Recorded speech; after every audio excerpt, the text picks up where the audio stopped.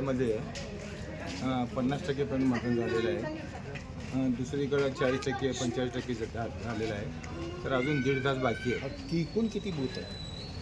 53 booth आहे. 53 booth आणि मग लोकसंख्या मतदाराची लोकसंख्या 46,500. म्हणजे बऱ्यापैकी 70-75 नाही 60% पण होईल. 60-65% पण 60-70 पर्यंत. 60 ते 65 होईल. ह्याच्यामध्ये पॅनल कसं आहे ते? मी राष्ट्रवादी पार्टीचे उमेदवार आहे. 2 महिला 2 पुरुष आहे. त्यामध्ये मध्ये कुरुशा आपा मुल्ला, बमध्ये परीना आपा इनामदार आणि मध्ये अबूबकर सय्यद, मध्ये मी तोफिक शेख पहलवान. असे आमचे 4 उमेदवार आहेत. या प्रभागामध्ये तिरंगी लढत आहे. एक भाजपाने दिलेलं पॅनल आहे, परत एमआयएमचं पॅनल आहे, तुमचं आहे. ह्याच्यामधून मुसंडी मारायची. मतदार बंधू भगिनीवर त्यांच्या मनावर असतंय. तर मला तर वाटतंय सकाळपासून मी फिरत आहे, सर्व वातावरण बघत आहे, सर्व लोकांचे प्रतिसाद आहे ते राष्ट्रवादी पार्टीला दिसत आहे. तर आमच्या अल्लाह तालाची मर्जी म्हणा, अल्लाह तालाचे आशीर्वाद, लोकांचं सहकार्य, मतदार भगिनींचे आशीर्वाद, दुआ या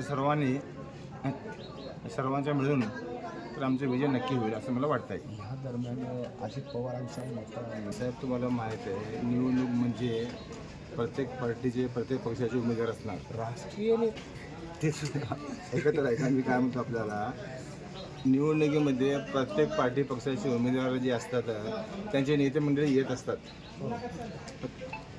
प्रचारासाठी, सभेसाठी.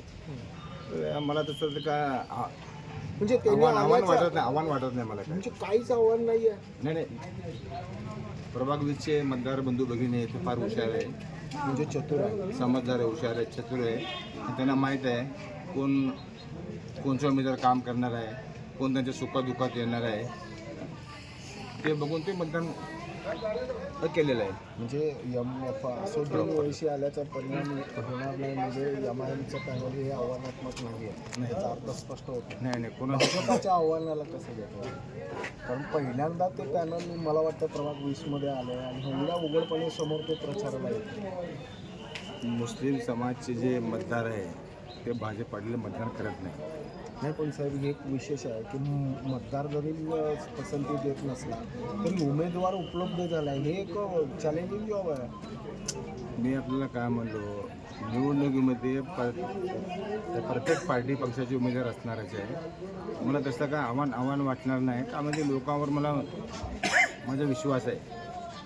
लोक जे आहे विकास कोण करणार आहे, कोण त्याच्या कामात येणार आहे, सुखदुःखात येणार आहे, ते बघून मतदान करतील लोक. शहराच्या केलेलं आहे. शहराच्या राजकारणामध्ये खूप खलबतं होते, त्याच्याकडे कदाचित तुमचं लक्ष नसेल. पण 17 तारखेनंतर किंवा 16 तारखेनंतर बरेच समीकरणामध्ये तुमचा हातचा असेल की नाही ते बघू. आमच्या अल्लाह तालावर आहे. नाही, आमचं नशीब असेल तर नक्की होणार, परिवर्तन नक्की होणार.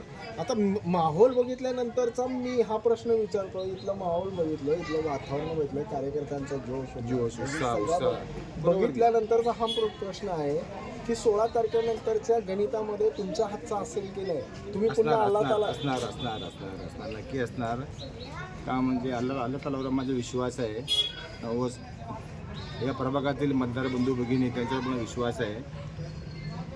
मी पुन्हा सांगतो, आपल्याला लोक जे आहे काम बघून विकास बघून मतदान करणार आहेत. नक्कीच. आणखी एक प्रश्न असा की ते मला काय माहीत नाही. मित्र पक्षामध्ये तुम्ही मैत्रीपूर्ण लढत लढली काय ते मला माहीत नाही. मित्रपक्ष नव्हताच आमच्याकडे महापालिकेचं, तसं तर काय होणार नाही.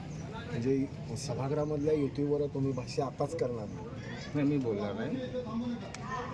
ते पार्टी पक्षाचे शहराध्यक्ष, जिल्हाध्यक्ष, कार्यालय, प्रदेश अध्यक्ष,